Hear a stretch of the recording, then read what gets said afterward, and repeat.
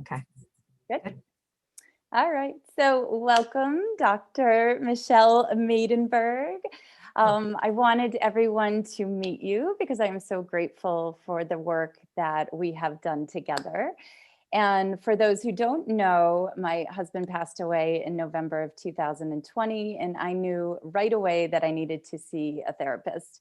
And the reason I knew that is because I struggled with postpartum depression for over 2 years. So I am so grateful that I was referred to you, and I wanted everyone to meet you and to explain, or in your words, try to understand what is EMDR and why it's so transformative. Like, it really has changed my life. And so I wanted everybody to meet you and to understand this therapy that's available to them. So if we can just start and tell us about yourself and your business, please. Yeah. So, Tara, I have to say that the fact that you're putting it out here, yeah, really, and you're just, you're really being so transparent is so much to your credit. Thank And you. it really speaks to your personal growth. So I really want to say that because it's really hard to talk about these things in general. Yeah. And then also, there's such a stigma, as you know, in regards to therapy and what that means, and how you see yourself, and the fact that you're trying to help other people by using yourself is just really incredible. So I really want to put that out there. Thank you. So Michelle Maidenberg. So I have a private practice in Harrison, New York, and I wear a lot of hats. I teach a graduate mindfulness course at NYU in the fall and the spring and the summer semesters. And the treatments that I primarily use in my therapy is CBT, which is cognitive behavioral therapy, ACT, which is acceptance and commitment therapy. I use also family therapy, which is strategic family therapy, and EMDR, which is eye movement desensitization reprocessing. Right. So EMDR has been the biggest help to me. And as I've been sharing my story with other women, they have come back to me and said, what is this EMDR? How can I find a practitioner? So in simple terms, how does EMDR help people? Yeah. So I just wanted to add one more thing because Oh, sorry. Yeah, that's okay. So I have a nonprofit organization that's called Through My Eyes. It's THRU. And we offer free clinically guided videotaping to chronically medically ill individuals who want to leave a video legacy for their children and loved ones.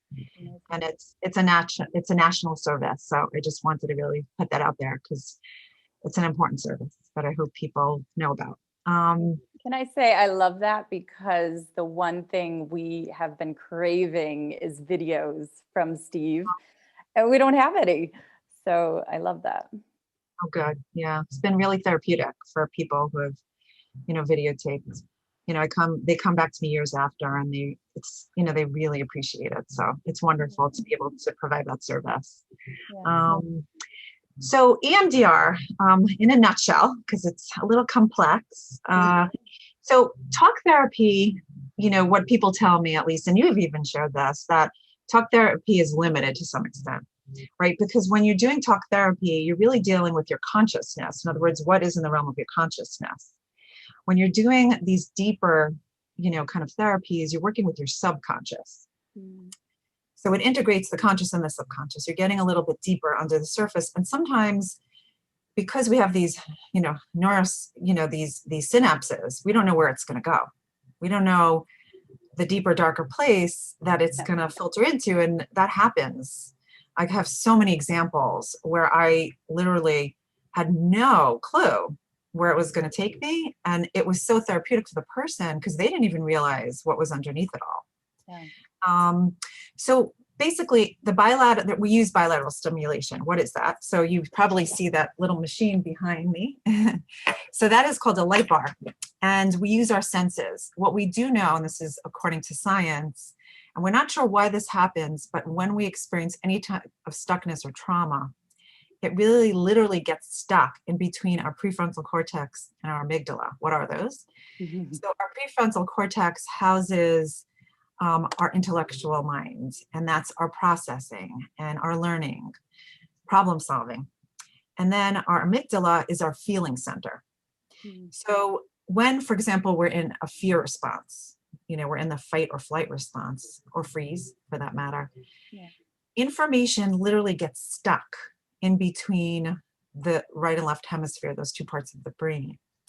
And an example of that, and this is an example. So during 9/11, when people were at the scene and there was all that chaos going on and they heard a plane going overhead, obviously they saw that during their time, during the circumstance. And then after, what people were reporting is a very startled response when they heard a plane go overhead. And if you think about that, just logically, it doesn't really make sense because they knew they were safe intellectually. Before this ever happened, they never questioned their safety. And the chances of this happening to them again was 1 in a million. So why were they having this really visceral response? And a lot of it was very somatic. So we know that it does get lodged. And why they were reacting that way, it was really from the amygdala, the fear. And it felt in the moment as if it was happening to them in the present moment, which obviously it wasn't. So that is where the stuckness happens. And, the quicker that you get treatments, I'm going to say, because they usually say that the memory, like even memories, consolidate within 3 to 6 months. So you want to try, and again, that doesn't always have to be the case. I've done EMDR on, for people who've been in situations or stuckness for many years. But again, if there is a trauma, a specific trauma, or like a single incident trauma, you want to try to get it between 3 and 6 months, because the goal also, even when you're doing it formatively for somebody who's experienced trauma for a period of years, let's say, you really want to create new pathways. New neural pathways. And if you think about it, it's almost like, there's a certain pathway that gets created based on our perceptions and our responses and our adaptations. So you really want to create that new pathway. You're opening up new pathways. That's the way to think about it. And you explained it very clearly, because that's how I feel. And that's how I've been explaining it to people, is that it almost feels like it's came from the back of my mind. It like came out and is like gone. And another way I've been describing EMDR is that it's taken the emotion out of the trauma. So I can retell the story without shaking, without crying, without, the emotion isn't as strong as it was the first time telling the story. So that was explained beautifully. So it does sort of get stuck, and then we forget about it. Yeah. And, it becomes part of, the way that we see it, our experiences. We want to reach some post-traumatic growth. What happened to you is devastating. And there's no way to make that okay. And there's no way that you're not going to have a response to being triggered at times and, other things coming up, unfortunately, right? Because I always say, part of grief and loss, for example, is accepting the amount of love that we had, right? Yeah. And, so you're going to go through your emotions, and that's okay, right? But it's learning to adapt to it in a new way so that you can have growth moving forward. There's one thing also I wanted to say, because people are probably wondering, how do you do this, right? And I pointed to the machine, but I didn't explain. Okay. So the bilateral stimulation is based on our senses. What we know about stuckness also is that it gets lodged in our senses. So, right, taste, touch, hearing, etc. So what we do, and again, if I was doing, in office, which I'm now doing remote, but if I was doing in office, I would use 2 different devices. So that's a light bar, and it has all different colored lights. It has green, red, blue, because some actually colors trigger us too. Yeah. So it's a little light beam that kind of goes across, you follow it with your eyes and you don't move your neck. So that's one device I use. I use auditory, which is, again, we use earbuds or whatever the case is. And you actually hear, it's pretty cool, but you hear the light and the sounds, right? They collaborate. They have the same type of movement back and forth. Yeah. And then the other thing that I use is tappers. So what the tappers are, again, it is, you actually feel the vibration. So that's based on touch, right? So it's auditory, right? Visual, right? And tactile. And I only use 2 because 3 is definitely too overstimulating. But the most effective is the eye movement. So like remotely, I do the eye movements, through the screen, and that Okay. works just as well. And are you doing in-person sessions again? Unfortunately not. Okay. Yeah, I'm gonna start doing it again once kids are vaccinated. I have, 4 children, but 2 of my younger ones are not eligible to be vaccinated because their age. So, Okay. So so I'm gonna, virtual sessions, but I must say it works virtually too, which yeah, is 'cause we amazing. did virtual. Yeah. So what was funny in my treatment, no, maybe you don't think it's funny, but I thought it was funny, is that a lot of what came up the moment the light went on was the same images during my postpartum depression, postpartum period. Mm. So moving forward, I'm working more with new moms, postpartum depression, postpartum anxiety. And what is something or some advice you can give to a new mom struggling with depression and anxiety? So, with postpartum depression, it depends on everybody's individual. So I Yeah, think, yeah, so I think what comes up for each person is different. It's yeah, so hard to say like a blanket, kind of thing. But I'm going to just say that generally, transitions are very difficult, especially a transition like being a new mom. And even if you're a or mom mom for, of twins. yeah, a mom, or being a mom for the second time and third time, like I said, I have 4 children, so I totally get it. That's right. And each experience is so unique, Yeah, um, right? Because it brings on new challenges, and your body. I have to say this too. Your body changes with each one. Your body changes differently. that's right. Yeah. So it depends on what's coming up. Sometimes there's, like, chemically speaking, there's underlying depression because all of the hormones and everything that's going on. So sometimes it's important to be treated with medication, or, and even more importantly, herbal, right, treatments, and more Yeah, holistic approaches. I always recommend that first. yeah, Um, if that doesn't work, we use obviously medication, but in conjunction with that, sometimes it's not enough. Sometimes it's really helpful to be able to get the emotional support, absolutely. because the issue with depression and anxiety, and I treat a lot of people with depression and anxiety, it's it's layers. It's not just the depression anxiety, it's how you struggle with the depression anxiety. What I Yeah, mean by that is how you respond to it. So what we do sometimes is we don't want those feelings because they're uncomfortable, right? And our executive mind, what does it say? It says avoid, discard, you know, yeah. any uncomfortable feelings. It Mhm. chronically does that.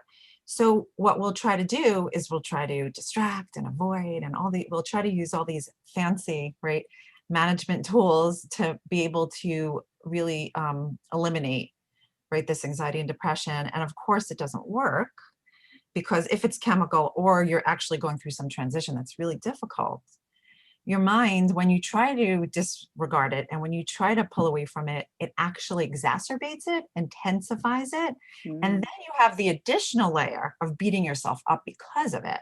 yeah, You get really angry at yourself, and you may be disparaging against yourself for not being able to manage it. yeah. What does this say about me that I have depression? What does that say about me that I'm a new mom? Look at all the new moms walking around and they're saying, I'm so happy that I have this beautiful baby, and nothing could make me sad even for a moment, because all I do is cradle my baby and I'm so thrilled, right? Yeah, And that's their perspective. And even though somebody may be struggling, they're not reporting it to you, that's right. Yeah, right? So then you struggle with all these heavy feelings of disappointment and frustration with yourself. yeah, And that affects your confidence. It affects it affects your self-compassion and your self, efficacy, and so many different aspects of it. And those are the things that are really important to work on. yeah. Yeah. And then one more piece that I also want to add, it has to do also with your experiences and your life prior to having a baby. It's so true. I can't say that enough.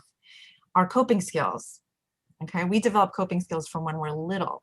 Yeah. And those coping skills, will vary based on who parented us, Hmm. whether we had emotional, right, and, support, and on and on and on. Our social experiences, like there's our gender, our religion, our race, Well, societal yes. factors. And Yeah. that's exactly what happened, right? Is trauma I had before the kids is what was coming up postpartum. I didn't take care of it. I pushed, pushed, pushed, and then it came up again. So two fears, I was thinking of this earlier, two fears that moms have said to me is number one, fear of being judged by their therapist. And I must say that I've never, ever felt that with you. And that I loved how you reflected my words and held a container for my thoughts. So I think that is one benefit to using a therapist is that you're being heard, you're being seen, you're being recognized. It's not like speaking to a friend where, you know, the friend is certainly supporting you, but they're not holding that space for you. The second concern I've heard, which I'd love your opinion on, is the fear of their children being taken away. Oh, wow. I know. I thought of that today and I was like, I don't know the answer to this. So is that something you can answer or no? Yeah, I could try. So women with postpartum depression have a fear of seeing a therapist for that they will have their children taken away. Okay. And that's a deep fear. Yeah, and that's very concerning, obviously. Yeah. So one thing is I so appreciate what you said. I wanted to just say that. And I feel so what's the word? I guess proud that I could provide that kind of environment. And it feels so good to be validated in that way because I try my best to obviously provide that kind of setting and trust and openness. So you just gave me a gift. So I just want to say that. I really mean that. So that's one. The second is in terms of you asked, I'll get to the children taken away first because it sounds like that was really important. And then you'll remind me the second question because I got so wrapped up in that I think I So it's lost it. just that was the only one. I sort of answered the first one. You know, Okay. that women are afraid they'll be judged. And I must say that it's about finding the right therapist because I certainly never felt judged by you. Okay. So So I will say something about that too, though. There was one thing I wanted to add to that. So thank you. So in terms of the children being taken away, again, that fear fundamentally, if you think about it, has to do with the way you're perceiving yourself. Like, why would your children be taken away? What does that mean to you? Yeah. And I think if you think about that, that would be like when we do the EMDR, we do a target, right? What is the negative belief about yourself that's coming up? Okay. So it's not about the children being taken away, right? It's something negative that you're thinking about yourself that you're fearful of putting yourself in a position whereby which will result in your children being taken away. Yeah. Does that make sense? Yeah. And again, that's a very intuitive thing. Like, in other words, I don't know. And again, I get that because of my training. I get that because of intuitively, right, trying to think about what negative self-belief is coming up that would cause you to kind of go into that place. Because that is, if you think about it, having postpartum depression and then going to the place of my children will be taken away. It really is from here to here, isn't it? Yeah. Because there's a lot of things that happen before your children get taken away. Right.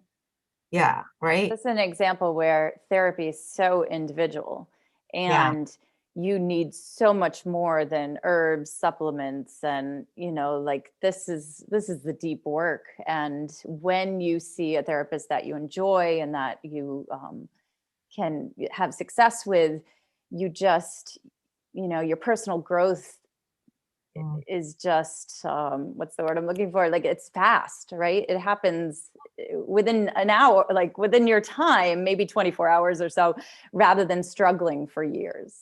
So it's that personal connection that you get, that personal development. Absolutely. And it's exponential, right? If you think about it, it's exponential. So when I talked about the children being taken away, I would want to understand what that is for that person.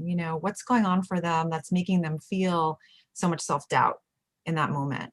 Is it that they feel, and this is what I hear a lot from people who have postpartum, like, I feel like I'm going to lose it. Yeah. I feel like I'm never going to be myself again.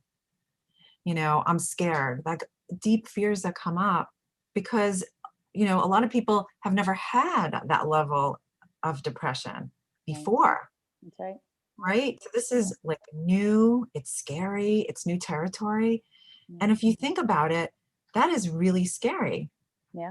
because the way that I hear, individuals describing it is that they just can't, like, right, they can't get out of bed in the morning.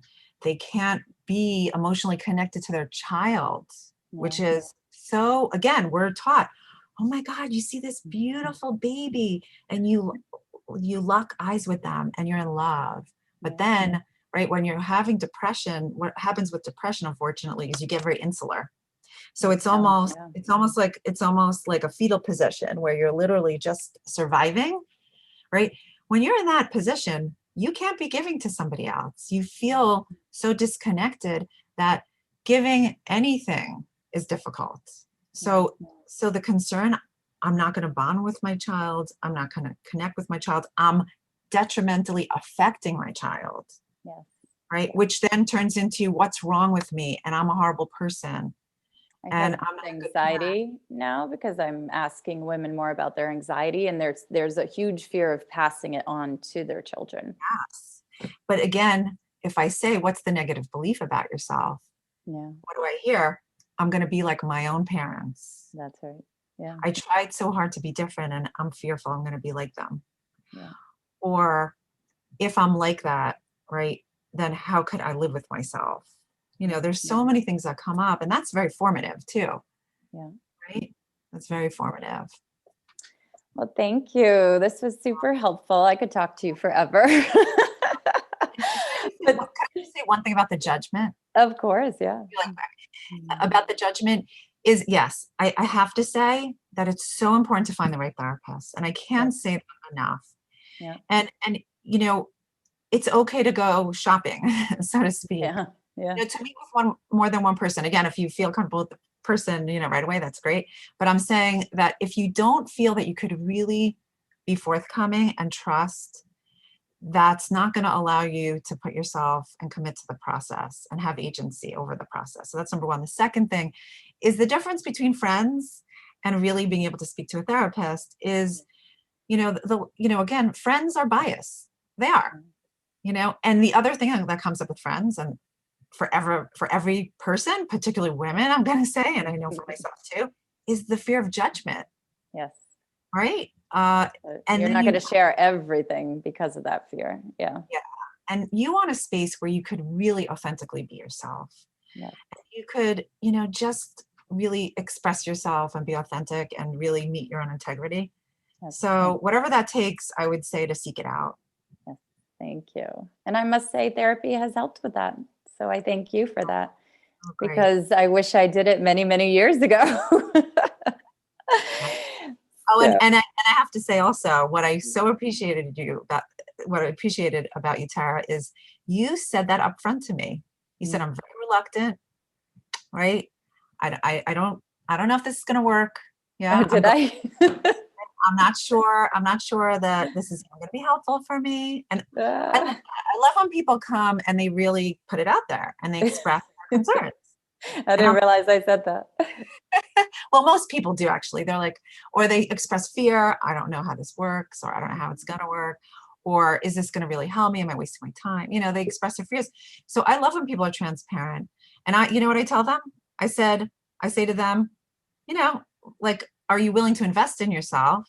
And you know what, if this is not working, or if you have a concern, or if there's something that I said that didn't work, like, let me know. Like, I'm so open to talking about that.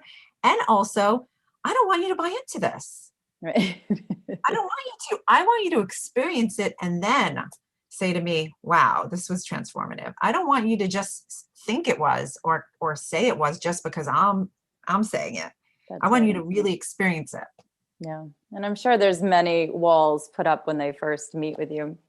So I hope this has helped some women, some people to overcome that fear, that stigma of meeting with a therapist, because I must say it's been truly amazing. And I thank you for the work that you've been doing, and it is transformative. And so let everybody know, where can they find you? Sure. So my website is my name, which is michellemaidenberg.com, and that's 2 L's, and it's Maidenberg.com. I'm also a blogger for Psychology Today, just so you know, and I also have a YouTube channel which has guided meditations, and I film 2 guided meditations weekly. That's on the Okay. YouTube channel. And I have all different kinds of articles on all different topics, parenting, depression, anxiety, mindfulness, etc. So, and Through My Eyes is THRU, myeyes.org. Good. And then when I put it on my website, I'll put those links below. All right. Thank you. I appreciate it.